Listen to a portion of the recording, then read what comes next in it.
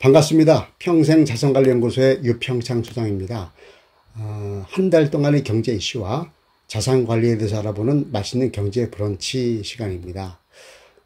이번 달의 토픽은요, 금리 정책의 딜레마로 뽑아봤습니다. 미국과 한국의 금융수장들 고민이 많죠. 특히 트럼프가 원하는 것은 약달러에다가 저금리다, 이렇게 얘기를 하고 있거든요. 약달러는 뭐 아시겠지만 관세 전쟁을 벌이면서까지 하는 미국 무역 수지 적자의 해소를 원하고요. 그리고 저금리라는 것은 지금 미국 정부의 국가 부채가 엄청나게 많죠. 36조 달러가 넘는다고 해요. 그러다 보니까 올해에 미국 정부가 지불해야 될 국채 이자 부분이, 즉 국채에 대한 그 대가가 2,000조가 넘는다고 합니다. 1,000조국 해서 국방비가 1,000조가 넘는다라고 어마어마하게 얘기를 했는데, 그 국방비의 2배가 넘는 금액으로 이자를 해야 된다는 거죠. 그러다 보니까 달러를 가치를 떨어뜨려서 무역 수지를 흑자를 내고, 그리고 금리를 낮춰서 재정 적자에 대한 그런 이자 비용을 줄이려는 그런 노력을 하고 있다라고 보면 되겠습니다. 우리나라 한국은행의 고민은 더 깊습니다. 사실 우리는 기축통화가 아니죠. 그래서 미국과 비교했을 때 미국에 투자하는 것보다 더 많은 메리트를 줘야지만 한국에 외화가 들어오는데, 지금 미국 금리가 4.5%죠. 기준금리가. 우리는 2.5%입니다. 그러다 보니까 무려 2%포인트나 차이가 나거든요. 그래서 지금 환율을 방어하기에는 상당히 어려운 그런 금리 레벨이고요. 반면에 경기 침체를 방어하기에는 너무나 높은 레벨입니다.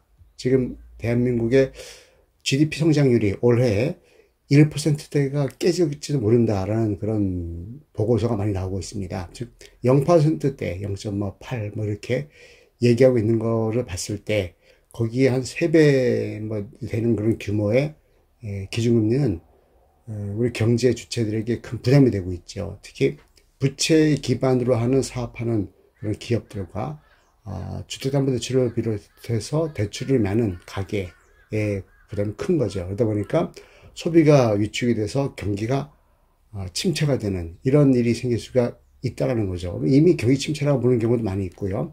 따라서 금리를 낮춰서 경기를 좀 지원해야 되는 그런 입장에서 볼 때는 상당히 어려움을 겪고 있는 거죠. 환율을 방어할 때는 금리를 높여야 되는 거고, 경기 침체를 방어할 때는 금리를 낮춰야 되는 이런 입장이 있는 겁니다.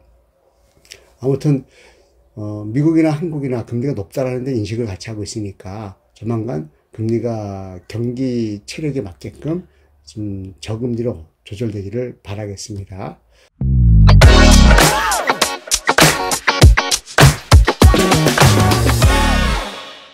7대 경제지표를 한번 살펴보겠습니다.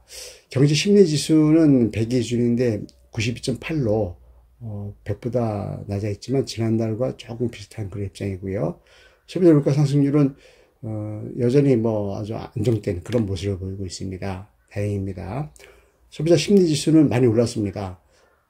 그 전달에 비해서 지난달이 108.7포인트로 6.9포인트가 올라서 소비 심리는 나쁘지 않다, 이렇게 보이는 겁니다. 전산업 기업 심리지수는 90.2로 여전히 100보다 훨씬 하회하고 있습니다. 최근에 언론 쪽에서 얘기하는 외환 문제, 외환 보유액이 4천억 달러를 위협받고 있다라는 근거가 이겁니다. 사실 우리가 지난 수년 동안 무역 수지 흑자를 통해 가지고 4천억대 중반 부분을 가고 있었는데, 지금은 최근 통계가요 4,045억 달러입니다. 45억 달러만 빠져나가면 앞에 숫자가 3자로 내려갈 수가 있다라는 겁니다. IMF에서 우리나라의 안전한, 건전한 외환 보유액의 기준을 9천억 달러 이렇게 얘기하는 경우도 보면 우리가 지금 외환 보유고를 좀 확충해야 될 때가 아닌가 싶습니다. 주가지수 보겠습니다. 코스피, 코스닥, 다우존스, 나스닥, 그리고 상해종합, 홍콩항생 전체가 다 월봉 기준으로 봤을 때 챈들 차트 양봉이었습니다. 그래서 보면 코스피 같은 경우는 13.86% 올랐습니다. 매우 높게 올랐죠. 그리고 다우와 나스닥은 사상 최고치를 지금 경신하는 그런 분위기에 있고요. 중국도 좀 작지만 상승폭이 좀 이어지고 있습니다. 금리를 보면은요, 지난달 평균 금리입니다. 3년 만기 국고채 수익률이 2.441%입니다. 그동안 기준금리가 2.5%를 살짝 내렸긴 했지만 시중금리가 많이 내려가지고 안정적이었는데 지난달은 살짝 높아져가지고 0.111%포인트가 올라서 2% 중반대에 머물러 있습니다. 이 시중금리가 내려가면 한국은행도 큰 고민 없이 금리를 내릴 수가 있는데 이 부분이 안 내려가 주니까 억지로 기준금리를 내리는 것도 부담스럽다라고 볼 수가 있겠죠. 서울축은행의 금리가 2.98%로 3%가 내려갔고요. 코픽스, 대출금리죠. 신규 취급액이 2.64%고 잔액 기준이 3.14%입니다. 그래서 다행히 대출금리는 조금씩 내려가고 있습니다만 문제는 신용 등급이 썩 좋지 않은 이런 분들이 대출을 받을 때는 가상금리가 매우 높다라는 것은 부담입니다. 환율 봅니다. 지난달 월 평균 원달러 환율이요. 1366원 28절입니다. 그 전 달에 비해서는 월 평균 기준으로 24원 29절 내려서 1.75%가 내렸습니다. 이 부분은 앞서 말씀드린 트럼프, 즉 미국 정부의 약달러 정책에 연동된 거 아닌가 하는 생각을 해봅니다. 그래서 혹자는 1달러에 1200원대까지 내려갈 수 있다라고 보는데 그 부분이 우리나라 경제 체력이 좋아서 그런 게 아니라 미국 정부의 약달러 정책에 따른 결과다 이렇게 볼 수가 있을 거로 보여집니다. 통화량 보겠습니다. M2죠. M2 증가율이 5.7%로 계속 시중 통화량은 감소하고 있습니다. 투자자 예탁금은요 64.63조 해가지고 좀 중폭 강세를 보이고 있고요. 코스피 주식거래 대금도 이 부분은 14.91조 해가지고 그 전에 비해서는 많이 올랐습니다. 한 6조 원 정도 이상 올라서 대폭 강세를 보이고 있습니다. 경기가 안 좋아도 주식이라든가 코인 이런 쪽에 열기는 뜨거운 것 같습니다.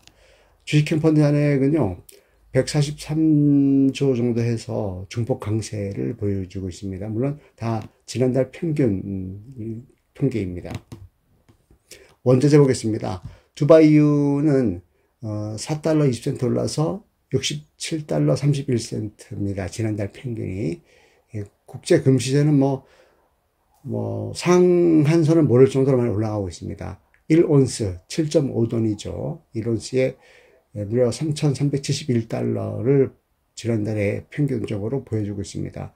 그래서 그 전달 비해서는 온스당 80달러 이상 상승한 그런 가격을 보여주고 있고 이 부분은요 미국과 안티미국 그룹의 경쟁이 심할수록 안티미국 즉 브릭스 국가죠. 이 나라들이 중앙은행 차원에서 금을 모으고 있고 또 민간 쪽에서도 금을 좀 이렇게 많이 가져간다고 치면 더 올라갈 수가 있죠. 그래서 종이화폐인 달러와 견제하기 위해서 달러 견제하기 위해서 좀 적성 국가라고 볼 수 있겠죠. 러시아, 중국 이런 나라들이 금으로 근본이제까지는 아니지만 금을 많이 보유하면서 자국 통화의 가치를 높이는 그렇게 해서 종이화폐인 달러를 견제하려고 하는 그런 모양새가 있기 때문에 금값이 더 올라가는 걸로 보여지죠. 물론 미국도 가만히 있지는 않죠. 전 세계의 금을 이렇게 브릭스 국가들이 많이 가져가게 되면은 미국은 상대적으로 아직까지는 금을 가장 많이 보유하고 있습니다만 그것이 달러 가치가 떨어질 수밖에 없죠. 그럴 경우에는 지난달에 말씀드렸었죠. 스테이블 달러 코인, 스테이블 코인으로 해서 미국 국채의 가치를 높이고 달러의 어떤 위상을 유지하는 그런 쪽의 정책을 펼칠 것으로 예상이 됩니다. 부동산을 보면은요, 주택 매매가격 지수는 지난 3개월 연속으로 제로에 머물렀습니다. 증가하지도 않고 하락하지도 않고 동중정이라고 볼 수 있겠죠. 지금 정권이 이제 바뀌는 과정에서 어떻게 부동산 정책, 특히 세금 정책이 펼쳐질지에 대해서 관망하고 있는 것으로 보여집니다.